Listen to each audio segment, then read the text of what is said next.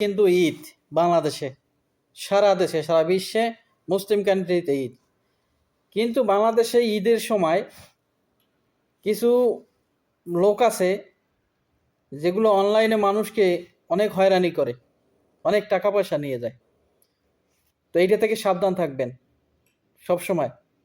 একটা জিনিস খেয়াল করবেন, 20,000 টাকার পণ্য আপনাকে 5,000 টাকায় দেয়, 6,000 টাকায় দেয়।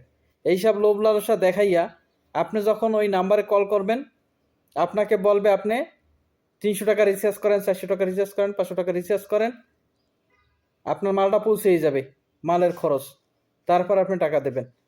এইভাবে করে কিন্তু কিছু সময় পরে আবার কল দেবে আপনাকে যে মাল তো আইছে, এই কায়দায় আপনার পাইতেছি না, লোকেশন পাইতেছি না, তো আপনার পাইতেছি না, আপনি আরও 1,000 টাকা দেন।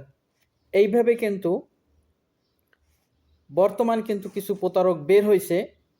এই ঈদের সময়টা আইলি এইভাবে হয়, কেন ঈদে মানুষ অনলাইনে অনেক কিছু কেনাকাটা করে, এগুলা দেখে অবশ্যই তারা কিন্তু এইভাবে কিছু কাজ করে।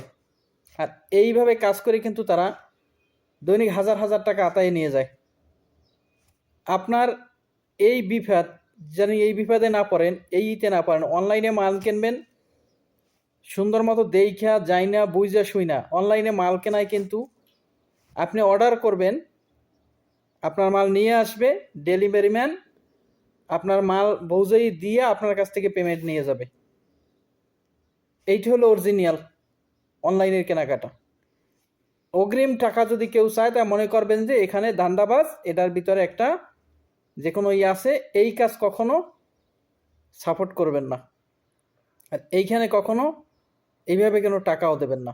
আপনাকে অনেক অনেক সুন্দর সুন্দর লোভ দেখাবে, ভালো ভালো লোভ দেখাবে। যেই লোভটা দেখাবে সে লোভটা আপনার কাছে দেখবেন যে হতেও তো পারে, আপনি অনেক এই করে ফেলাবেন, মানে এমনভাবে কথা বলবে যেই কথায় আপনি নিজে মনে করবেন না এর কথাগুলো তো ঠিক আছে, আসলে এর কথাগুলো ঠিক নাই।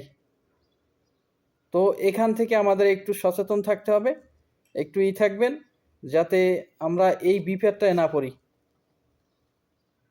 দেখেন, আমরা যারা প্রবাসে থাকি, ঈদের সময় টাকা পাঠাই, টাকা পয়সা পাঠাই দেই, তারা কেনাকাটা করে, অনলাইনে অনেক কিছু পছন্দ হয়, কিনে কাটে, ঈদের জন্য কেনে, অনেক কিছু কেনে, কিন্তু তারা একটা টাকা কামাই করতে যে কতটা কষ্ট এটা তো কেউ বুঝবে না।